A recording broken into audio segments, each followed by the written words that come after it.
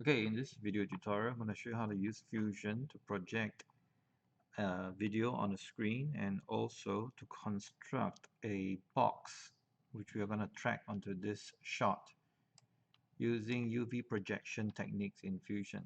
So this is the resulting shot.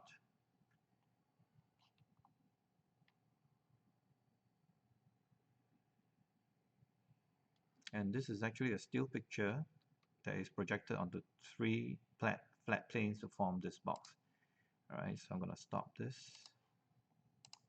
And I'm just going to show you the result of what it looks like, alright, in a 3D view. And this is what it looks like through the camera view. Alright, so let's get started. Alright, so I already loaded up the clip itself. The clip is over 424 frames. It is originally a 29.97 frame per second shot, which I already converted it into stills. So altogether it's 424 shots. So the first thing I want to do is to track this shot. So in order to give me a better result, I'm going to run it through a camera lens distort to straighten out the edges. So I'm going to bring in a lens distort node, and I'm going to press number 2 to look through the result. For the first screen, I'm going to put in number 1, and then I'm going to adjust the value for the lens distort model so that it pulls outwards like that by maybe 0.08, just a very slight effect. So I'm going to use the shortcut key Control P to turn the effect on and off. So you can see the effect is very slight. Alright, just try to straighten out the edges itself. Now we don't have any straight lines here for us to judge, so I'm just applying a very slight undistort on this video image. Then now I'm going to attach a Unsharp Mask. Okay, the Unsharp Mask will help me to pull out extra detail onto this shot so that I can track it a little bit better. So I'm going to just zoom in a little bit and then just play with the Unsharp Mask. Press number 2 to view it. Okay, so everything becomes a little bit sharper, right? Then finally I'm going to plug in the camera tracker. And now I'm going to look through the camera tracker by pressing number 2. So I'm going to just look through one view. And let's just study the footage. Now this is what we call a nodal shot, or similar to a camera being attached to a tripod, panning top to bottom. There's hardly any parallax visible for us. We can't see any object moving in front of us, showing us depth and space. Okay, so you can see this shot, there are a couple of students walked in, and also in the earlier shot, right, the leaves are moving in the wind. So these are potential areas, right, that we want to mask out before we actually start to do the actual tracking. Okay, so right now we are waiting for the frames to render. So because it needs to pass through both the lens distort and the unsharp mask, it has to render the entire sequences all over again. Now you might want to enable this automatic proxy to speed up the process a little bit so that when you are scrubbing through the frames, it will drop down to a slightly lower quality version of this shot. We'll just wait for the computer to finish loading up the frames in the memory. Now the machine I'm working on has plenty of memory and is running on a Quadro graphics card, so it's fairly fast. So on your system, the mileage might vary.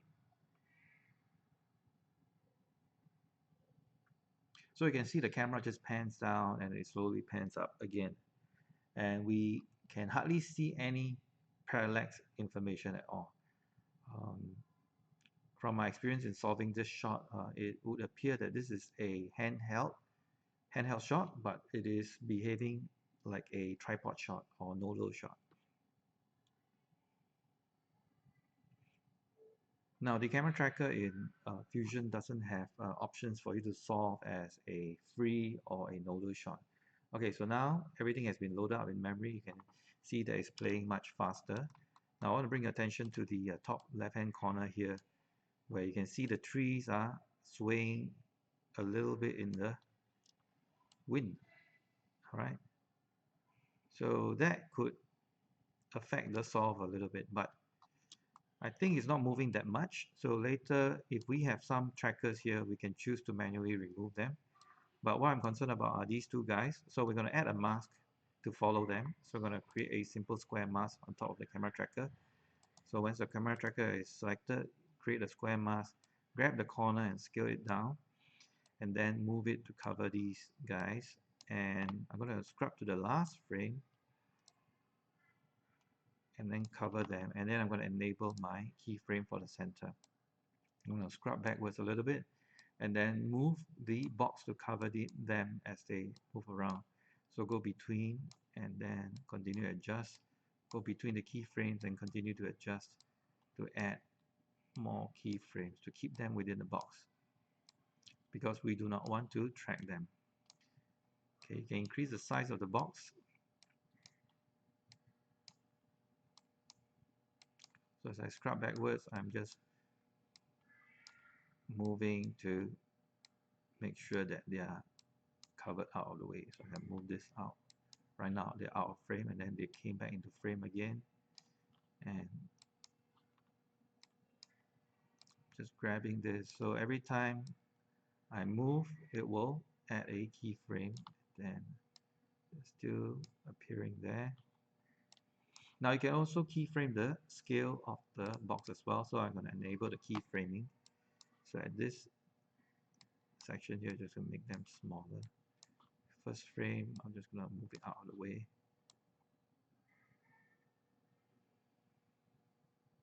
Just before they came out, I'm just going to put in the keyframe while it's out of the way. And now I'm just going to keyframe the box, make it a little bit bigger. You can press the left Alt key and the bracket key to navigate between keyframes. Just make sure that I'm holding Alt and the right bracket key, square bracket, to navigate between the keyframes, just to make sure that they are staying within the mask. Okay, so now I want to make sure that I want to check what is the mask like. Okay, I do not want to track them, so I want to invert so that everything is white. I want to track the background. So once I'm ready, let's go to the camera tracker and we can enable the tracker preview. Scrub the timeline forward a little bit and you will notice that there shouldn't be any points on those guys. As I scrub forward, okay, there shouldn't be any points on them, which is fine. Okay, and I'm going to adjust the colors and see which channel give me a good track. Okay, I think I'm going to stick with Luma, and I'm going to use optical flow because I got 400 frames. I don't want to use the other planar method because that is going to take way too long. I'm going to enable bidirectional, and I think this is good enough. Maybe these points later on I will manually delete them, and then I'll just start to track. As you can see, the optical flow goes really quick. I'm using the default settings, so I'll end up with a fairly large number of points, which will be more than sufficient to give a decent solve. Okay, so I'm going to get rid of these points that are on the trees and maybe on the leaves here, maybe in the distance. Okay, maybe the leaves in the distance won't cause much issue. Okay, and then when those guys walk in, I think the mask let in 1 or 2 tracks. I'm going to remove the tracks manually. Alright, we've got a lot of very good points. And maybe these 3 points I want to get rid of because the tree is really swaying in the wind.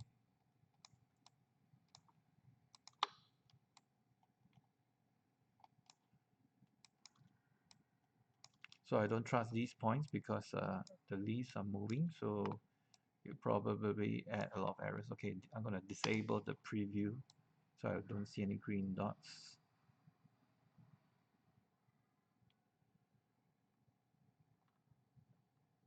Okay, all right, that looks good.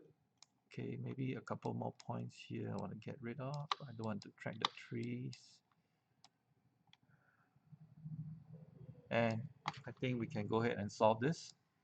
So this lens, I estimate this to be about 24 millimeters because I don't have any lens information on this shot. So right now, I'm just going to hit solve. We have a lot of points, 887 points. So this might take a while. So sometimes, depending on the kind of shots that you're working on, you might want to have a good spread of points. You do not want to have too many points because as the computer term goes, garbage in, garbage out. You do not want to give it too much information. And you notice earlier on, we actually reviewed the footage and ensured that we don't have any bad points. So we need to have stationary points, as stationary as possible, before you can pipe it in. Now, 887 for this is actually a lot of track points. And generally speaking, nodal type of shots, in this case, the camera panning up and down, is generally much easier to solve. And because this is a long shot and we have so many tracks, the computer is going to spend quite some time to solve this. So I'm going to expect it to take about maybe 30 seconds to solve. So we'll just wait and see.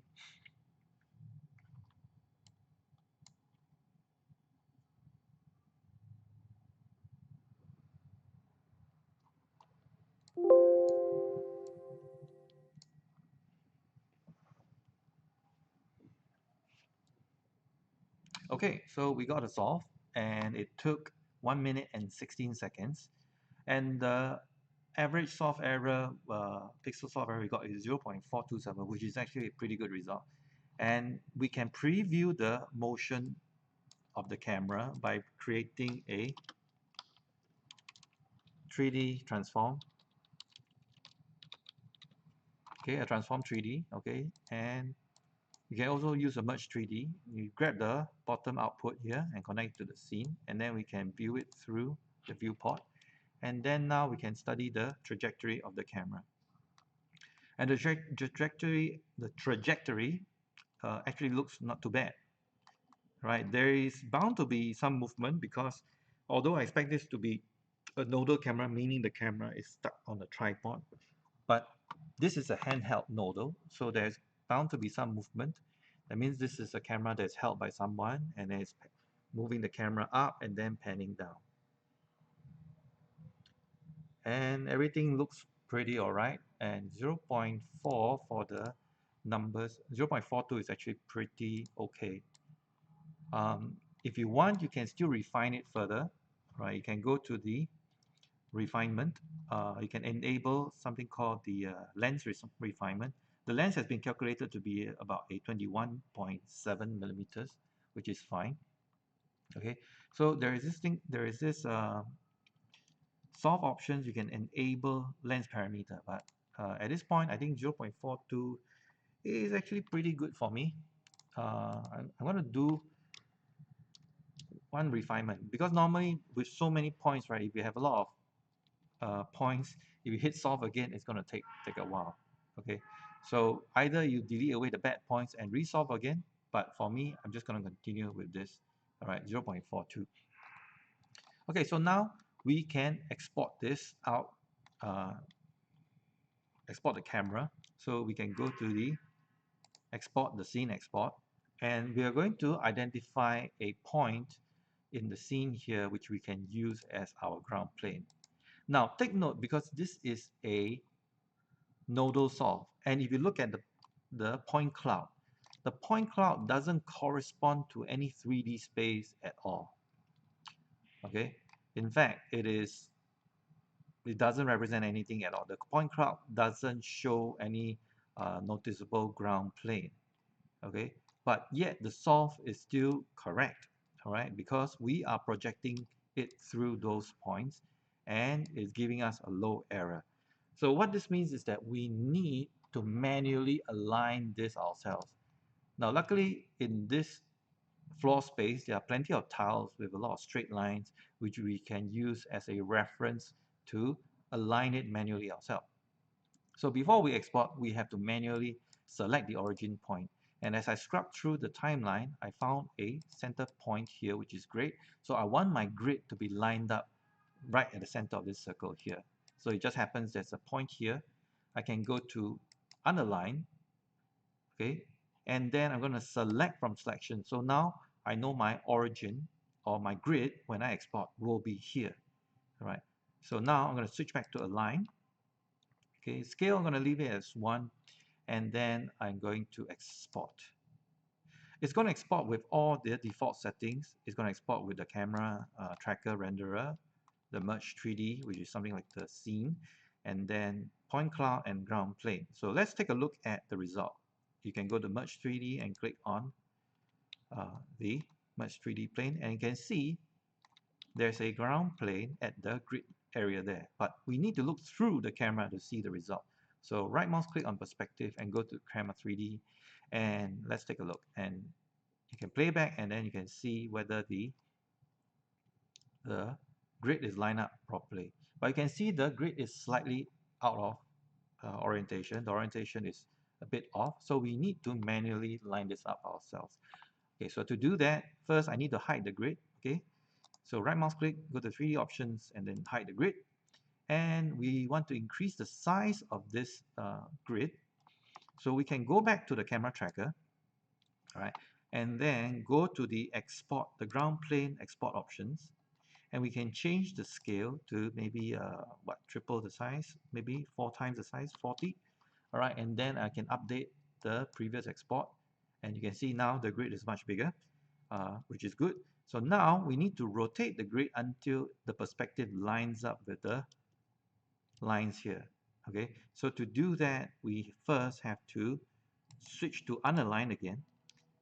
Okay, and then we have to use the rotation tool. Okay, in this case, I want to rotate it along the z-axis this way first, and then update the export. Okay, and then I'm going to rotate along the y-axis until the x-axis line, right, is parallel to these lines here. Then update previous export.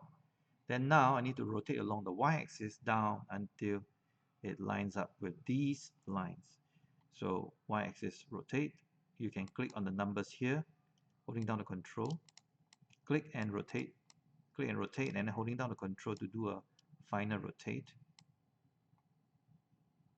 and then update export. And you can see I'm getting the alignment closer and closer. So in order to help me make sure that this line is parallel to the edge here, I'm going to increase the size of my floor grid again. Maybe I change it this time to 80. Okay, double the size, and then I'm going to update the export. Okay, so you can see now this line is quite parallel with this, but it is not parallel with this line. So that means I need to rotate down along the x-axis some more. So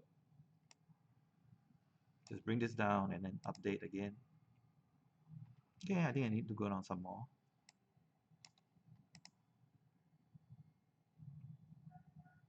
Okay, I think I'm getting close, and then maybe the scale of the grid, bring it down smaller a little bit, update.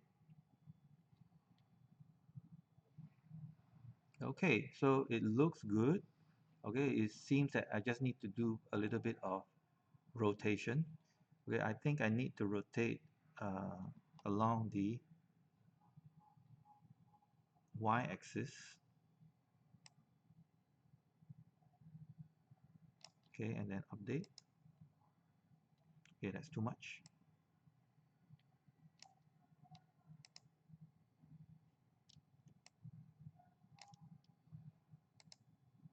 So you have to do this quite a bit, okay, because again, due to the nature of this particular shot, we have to do a lot of fine-tuning, manual fine-tuning like this until we get the grid to line up as much as we can. All right, so I think it's just a little bit more on the y-axis, and once we can rotate, I think we need to rotate upwards in the x-axis now.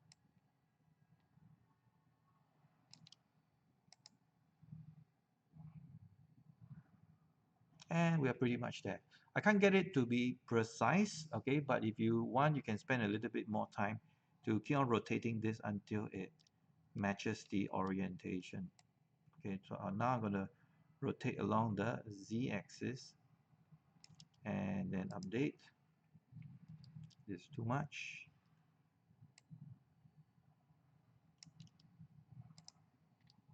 Okay, just bring this back again.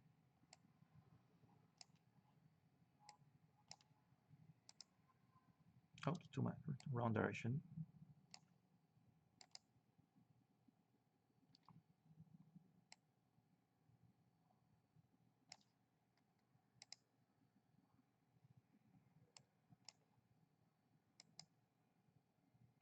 Okay, so this is about as good as I can get the grid to match.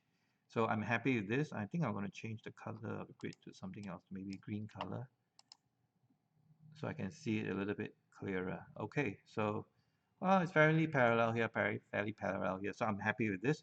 So now, instead of unaligned, I'm going to switch it back to aligned so that the grid later will appear right at the center here. So then I can update my previous export.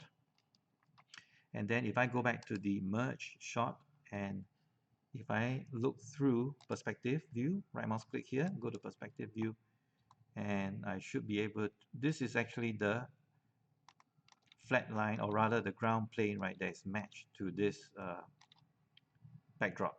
Okay, so let me go back through, let's look through the camera again, and we can turn the grid back on if you want, and you can see that it's all lined up nicely.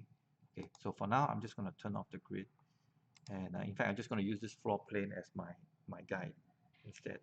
Okay, or yeah, I'm going to leave the floor plane there. Later, if I don't need it, I can hide it. So right now I want to attach the screen, okay, to this wall here. So because we have everything tracked nicely, as long as we position it to match this place, right, it's going to appear nicely matched, right? So for now, I can turn off my Unsharp Mask. Press Ctrl P to turn that off. I don't need the Unsharp Mask anymore. I'm going to bring in a backdrop.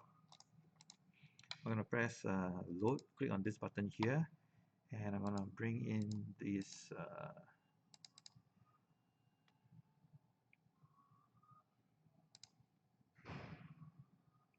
I believe is this one. Okay, let me just review this footage first. Yep, this is the one. So I got another set of footage that I brought in, and I want to project it against the screen here. So to bring it into the 3D space, we must first attach it to a 3D object. All right, so there are plenty of, there's a cloud space, or rather there is a point cloud. You want to choose a point that, like you can see all these points here, you want to choose a point that is stuck to the screen, right, that is reliably stuck to the screen, because you want to create your plane or your shape object at that point. So with that point cloud selected, all right, or you can hover over the point cloud, you can right mouse click on it, then you can go to point cloud and create a image plane. So an image plane will be created over there, and you can see it is actually attached through the point cloud. So we do not want to attach it through the point cloud. We don't need this merge here. You can connect this directly into the merge 3D, and that image plane right now is very tiny, so we need to scale that up. So we're going to increase the scale, So you can see that because right now it doesn't have any textures on it, it's just pure white. Okay, and then you can manually move it into place. All right, so the orientation is actually matching pretty well. So we have to manually increase the size, maybe just change this to 10. 10 is too small. Put it 30, and then maybe this one I put it at 50 as well. Okay, so now we have the plane. So I'm just going to scrub through a timeline, right, where we can see it much bigger. Okay, so obviously now this is too big. You can manually scale this down. Okay, and then we can manually move it into place to match it. Okay, so let's attach the material to this screen first. So I'm going to create a blend object, and then I'm going to attach it to this image plane. So now you can see the video is actually showing. Okay, but you can see that this is actually a HD image. There's no 16:9 distortion to it. So I need to actually change the scale of this image in order to match it.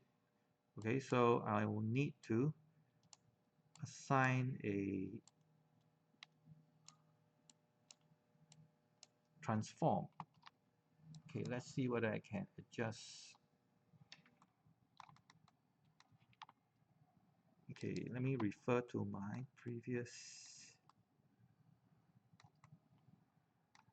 Okay, I did not do any transform, but what I did was I scaled it up. Okay, and then I apply a mask. Okay, so you can see here in our example here, the image here is squeezed. That's not what we want. So what we want to do is that we want to apply a mask to it. Okay, so we apply a mask, right? And then in the mask here, let me just zoom out a little bit.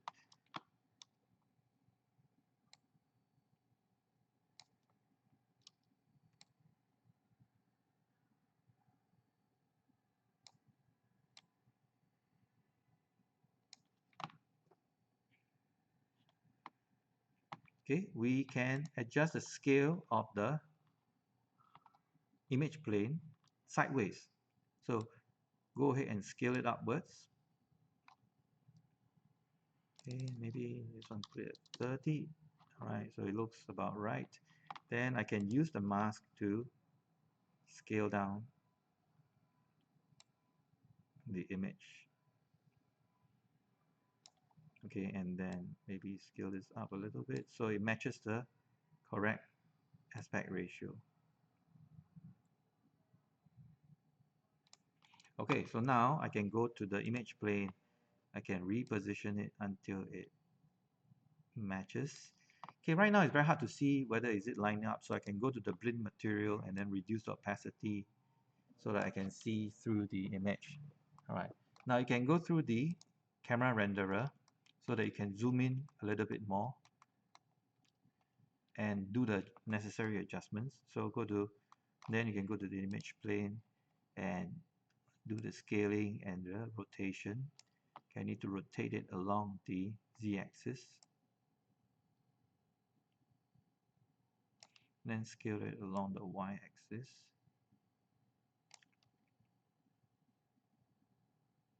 Can then move it up in the y-axis just to make sure everything fits. And maybe scale it along the x-axis again, and then I need to rotate it along the z-axis again. So again, you can spend some time to adjust this until you get it right. So I'm going to adjust the opacity. Okay, and maybe a few more rotations. This time maybe along the x-axis. Okay. All right. So now I can just play back. Okay, the ground plane, I can temporarily hide the ground plane. So Control P to disable it. And we'll see how this whole thing looks. So now it's rendering through the whole frames. And everything should look fine. In fact, I'm not going to wait for it to render through the whole frames.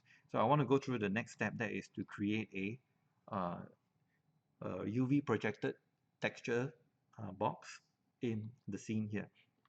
I want to turn back to my merge 3D view. All right, and then I'm going to turn back on my ground grid, and I'm going to construct a box. I'm going to create a box. Okay, so you can create a plane, or go and create a shape 3D. Okay, and go to the inspector of the shape 3D and create it as a simple plane. You can connect it, hook it up to the, now before I hook it up first, let me just isolate the plane first. Let me look at the plane inside view number 1. So this is what the plane looks like. Right now it doesn't have any material, no textures, nothing. So we want to project a texture onto it. So let's go and bring in the texture. I'm going to bring in a antique box texture which I prepared earlier. Okay, so originally I created, let me just show you what the image looks like. This is the original image. All right, this is the original image. And I went into Photoshop and I created an alpha channel for it. Okay, so basically I selected the whites and I deleted it and I saved it as a PNG with an alpha channel. So right now I bring in the PNG version. Okay, so right now there is nothing on it. So again, I need to create a blend material. I'm going to copy this one and then click on the node empty area and then paste. Join it to the blend and then join it to the shape 3D. And you can see straight away the box appears, although because this is a square plane, it is not proportional. So it ended up looking like that. So for this shape, right, you can change the scale, unlock the scale, and then scale it up slightly until you roughly get the shape looking like this. All right. So what we want to do is that we want to duplicate this 3 times so that we can have a camera project the UVs onto the plane. All right. So let's start with just one plane first. For this plane, I'm going to rename it. I'm going to call it the front side. And I also want to change the pivot so that it's at the corner here. So I'm going to go to pivot and I'm going to manually adjust the pivot down, minus 0.5 in Y and then 0.5 in X. So it is like that. Okay. So now I have a pivot like this. It will make it easier for me to manipulate it later on. Okay. Now I want to attach a UV projection tool to it. But before I create a UV, now let's just create the UV tool first, UV map tool first. So now I got a UV map, okay? And by default, the UV map is projecting from the top, is planar. Okay, we need to use the camera to project it onto the plane. All right, so we need to create a camera. So go ahead and create a camera. So now I have a camera, and then I'm going to rename this camera. I'm going to call this UV camera project. And then click OK. So it makes it easier for me to recognize what is what. And I'm just going to connect this to the UV. Okay, so if it doesn't connect to the UV, you first go to UV first, and on the map mode, you want to make sure that you're using a camera projection. And then we are going to connect this, and then so right now it is working. The camera should be looking straight at the box. But because right now it's not inside the merge 3D scene, okay, it's very hard for us to know where it is projecting at. So we are going to connect. First, we need to select the camera, and we need to move the camera around so that it will project onto the plane. Okay, right now we are not seeing the result because we need to connect this node into the merge 3D. All right, so I'm gonna, let me just position this a little bit here. Okay, so grab this and then put it into merge 3D, and you should be able to see the box inside the scene right now. Okay, but I think it is very, very small, so we need to scale it up. So I'm going to select, rename this. This is front sight. All right, and then we're going to increase the scale. I'm going to lock this scale first for time being, and then just increase the scale. Okay, and right now I'm not seeing anything. Let me check whether the renderer, is it showing anything? Yes, it is showing the box, but it's very, very tiny. Okay, so it has something to do with the camera projecting it. That's why it's appearing so small. So let us select the camera and let's move it up. So you can see as I move the camera is projecting on the plane up and down. All right, so it's a little bit hard to see here, but if you want the projection to be bigger, you just need to pull the camera back. And then now you can see the plane is very small, okay, and it is not projecting, or rather it's projecting, but the plane is not small enough to capture the whole projected scale. So I need to go to the plane and increase the size massively, and let's just increase it to maybe 10 times. All right, and also I'm going to unlock the scale so that we can see what is the result it's going to be like. So in fact, this is a bit misleading right now. When we look at this, this is actually looking on the plane itself. So we're going to change this to view to UV map. Okay, yeah, change this to the UV map, and so that it makes more sense now. Okay, so I can move this until the projection is fitting onto the plane, which is this one here, right? So right now I'm going to increase the scale of the plane so that the projection will fit. So I'm just gonna move it up here, then the camera projection, I'm just gonna pull it up some more. Okay, so there's a part of the projection that is projected on the plane right now. Okay, and the problem with this method is that if I move the camera, right, it will move out of the way. So what I want to do is that I want it to be always projecting through the center, okay, through the center of this this box here, okay, or rather I want this camera, right, to be always projecting through the center interest. Okay, so to do that, okay, let's go to the camera itself, and under the pivot itself, in the z-axis, I'm going to press equals,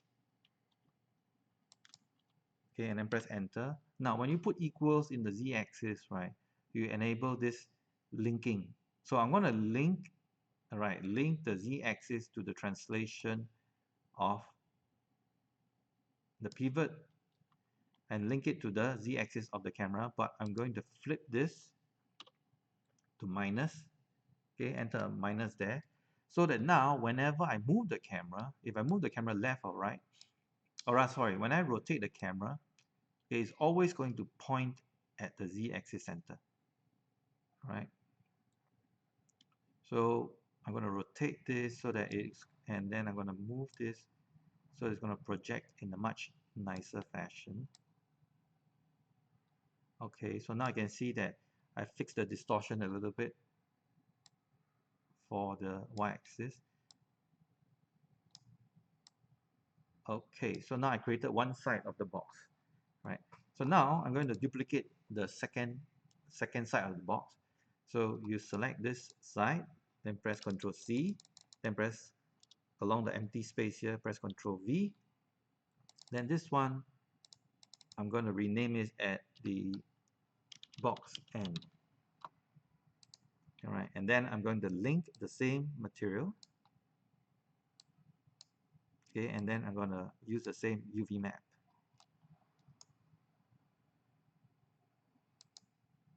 Oops, sorry, I made a mistake there. Should just link it.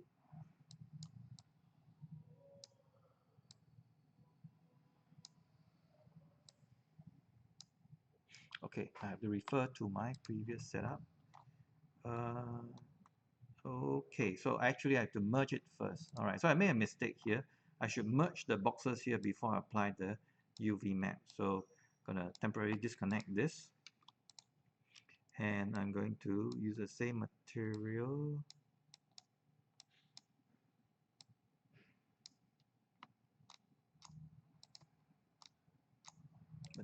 Okay.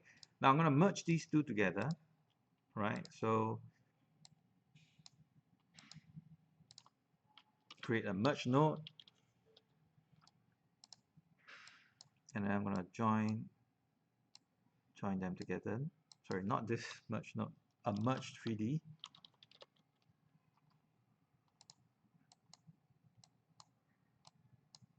Okay, and then finally I can attach it to the UV map, and then I should have two objects, two planes that is stacked on top of each other. So for the box end, I'm going to select the box end and then go to the transform, and I'm going to rotate it in the y-axis, and in this case just minus 90 degrees, so we know that it is exactly at 90 degrees.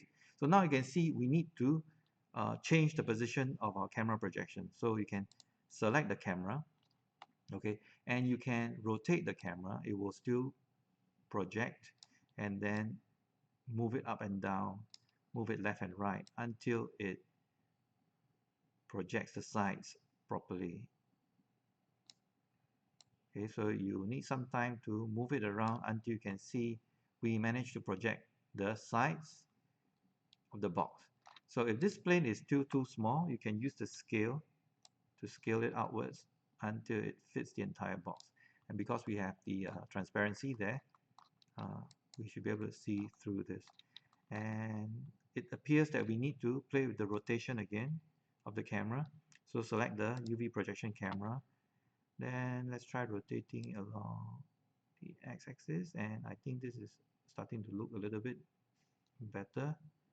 Now, because this image, right, the top pixels, there are hardly any pixels, so we will not be able to get a very nice top here. And also, looking at the way the photograph is taken of the box, we only have very few pixels, right, to project the top. So anyway, we are still going to create another plane to represent the top. So I'm going to select one of the planes, Control C, and then press Control V, then connect it again, material. Okay, if the material doesn't want to connect, you just right mouse click and then connect it to material, and then finally merge them together. So this one I'm just going to call it, press F2, call it box top.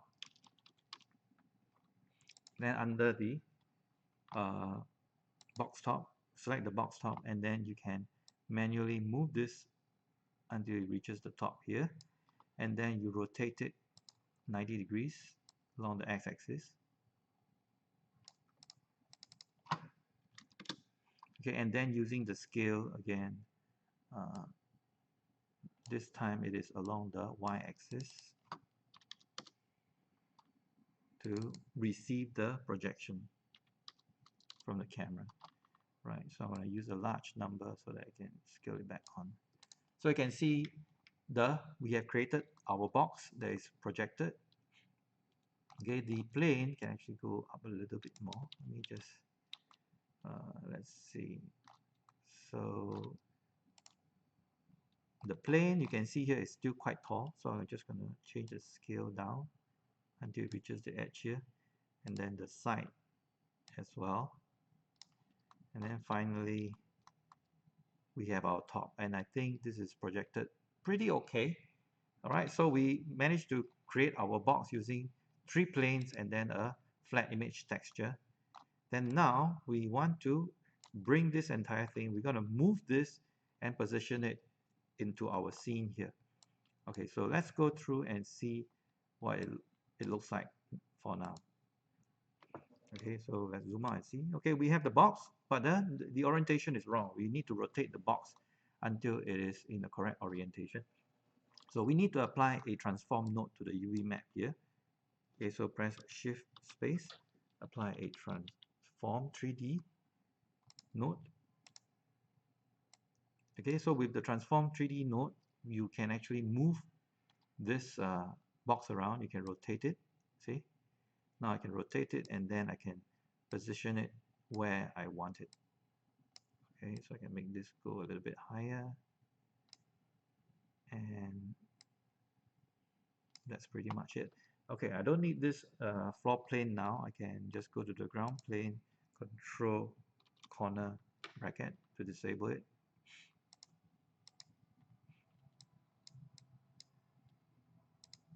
Okay, so let me take a look at it through the renderer, but I'm going to try to use software renderer. Okay, the ground plane is still there. I'm going to disable it. Yeah, all right. Okay, I ran out of footage here, that's why it turns white. So I need to go to the astronaut footage and I need to enable loop so that it will continue playing after it reaches the end. Yeah, so right now it's working. So I don't see that white plane over here.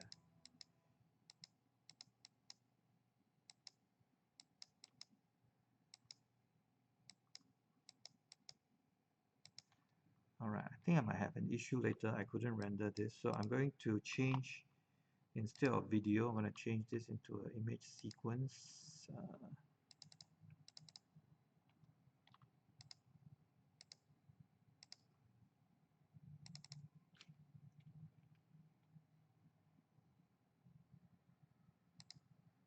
I believe this one is the better version.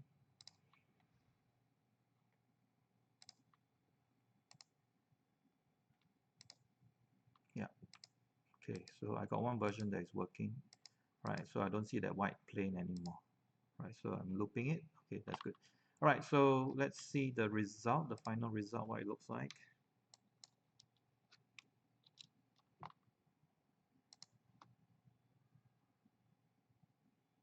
Okay, it's going to take a while to render. So it's going to render and then put it into memory.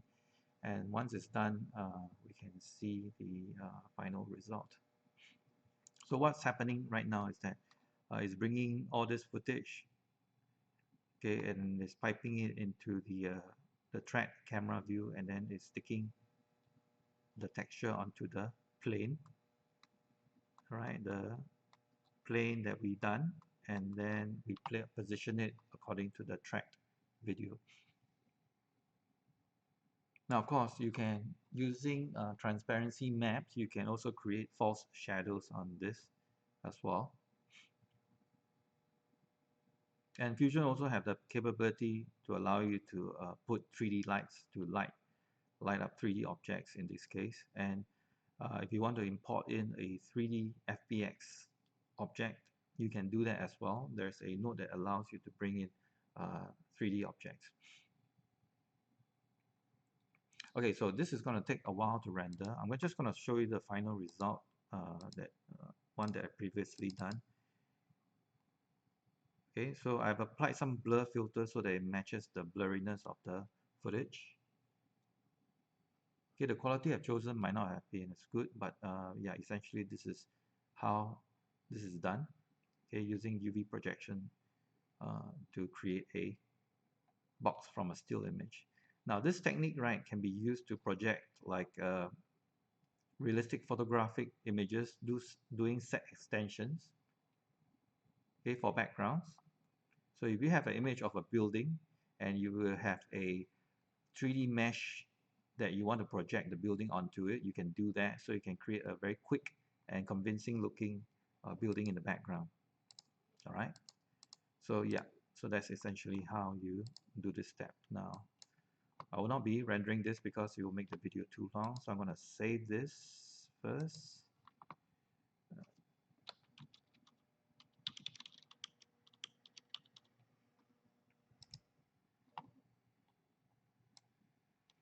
Okay, so as usual, I hope that you guys learned something from this video and can try it out yourself.